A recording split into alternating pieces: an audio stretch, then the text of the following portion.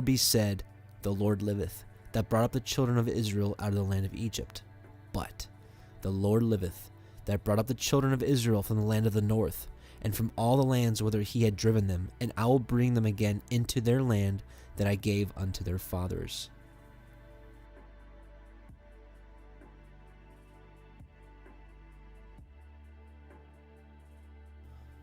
Isaiah 66, 7-8.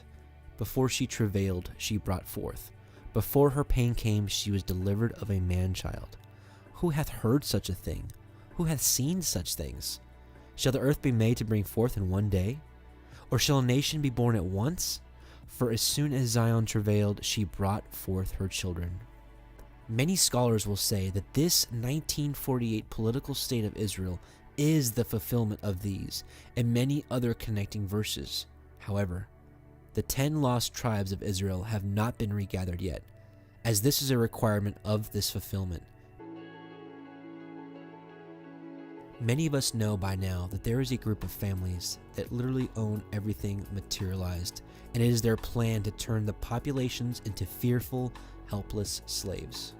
The Illuminati, the fake Jews, Satanists, the so-called elites, or whatever you want to call them, have taken over nearly every government. This plan has been in motion for a long time.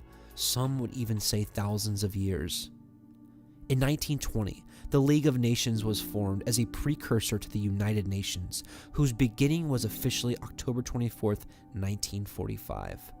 The official reasoning for establishing these groups are stated as: the League of Nations was an international organization founded after the Paris Peace Conference in 1919. The League's goals included disarmament, preventing war through collective security, settling disputes between countries through negotiation, diplomacy, and improving global welfare. By the scriptures, we know that when the world comes together as one, this is not a good thing. All one must do is research the last time this happened, the Tower of Babel. Its goal was to attempt to rule the world and overthrow God. Thousands of years later, has anything changed? Not a chance. I could go on in detail about how the UN created this political state of Israel and the lies and deceit that went into creating the emotional response from the world in order to back this. But that would honestly take a whole other video to explain.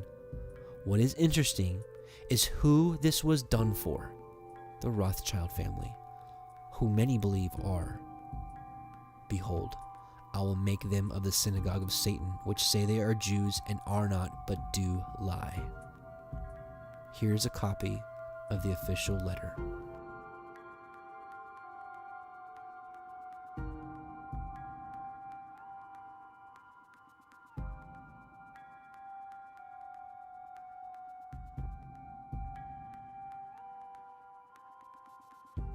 Remember what we just read.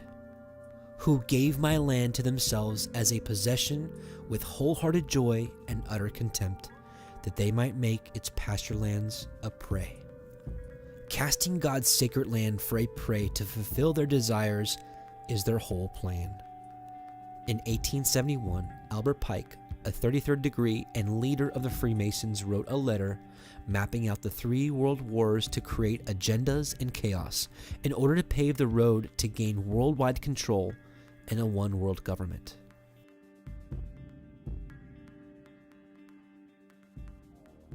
The First World War must be brought about in order to permit the Illuminati to overthrow the power of the Tsars in Russia and of making that country a fortress of atheistic communism.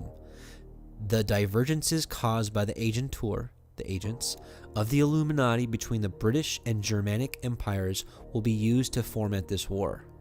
At the end of the war, communism will be built and used in order to destroy the other governments and in order to weaken the religions.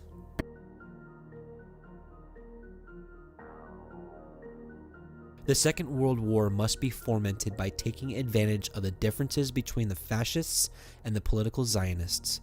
This war must be brought about so that Nazism is destroyed and that the political Zionism be strong enough to institute a sovereign state of Israel in Palestine. During the Second World War, International communism must be strong enough in order to balance Christendom, which will be then restrained and held in check until the time when we would need it for the final social cataclysm. So far, the first and second have gone according to plan. And keep in mind, brothers and sisters, Revelation 17:17, for God hath put in their hearts to fulfill his will, and to agree, and to give their kingdom unto the beast until the words of God shall be fulfilled. So not to worry, brothers and sisters, this is all part of Yahuwah's grand plan.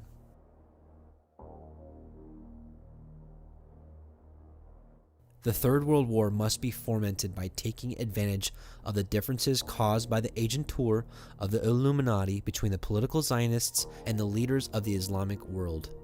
The war must be conducted in such a way that Islam and political Zionism mutually destroy each other. Meanwhile, the other nations, once more divided on this issue, will be constrained to fight to the point of complete physical, moral, and spiritual and economical exhaustion. We shall unleash the nihilists and the atheists, and we shall provoke a formidable social cataclysm which in all its horror will show clearly to the nations the effect of absolute atheism, origin of savagery, and the most bloody turmoil. Then, everywhere, the citizens obliged to defend themselves against the world minority of revolutionaries will exterminate those destroyers of civilization, and the multitude, disillusioned with Christianity, whose deistic spirits from that moment be without compass or direction, anxious for an ideal, but without knowing where to render its adoration, will receive the true light through the universal manifestation of the pure doctrine of Lucifer, brought finally out in the public view. This manifestation will result from the general reactionary movement, which will follow the destruction of Christianity and atheism, both conquered and exterminated at the same time.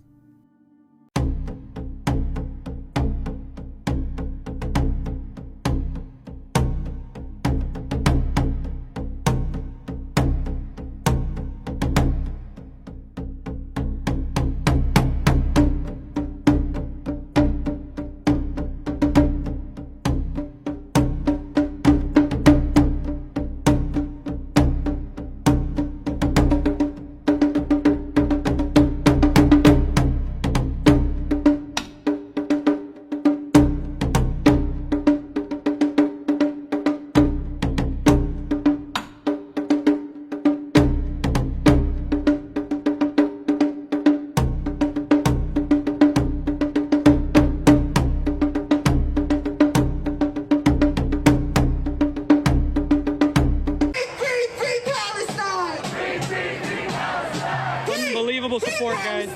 Here we go. Free Palestine! Free Palestine! Free Palestine! Israel, Israel, you can't hide! Los Angeles is unbelievably powerful.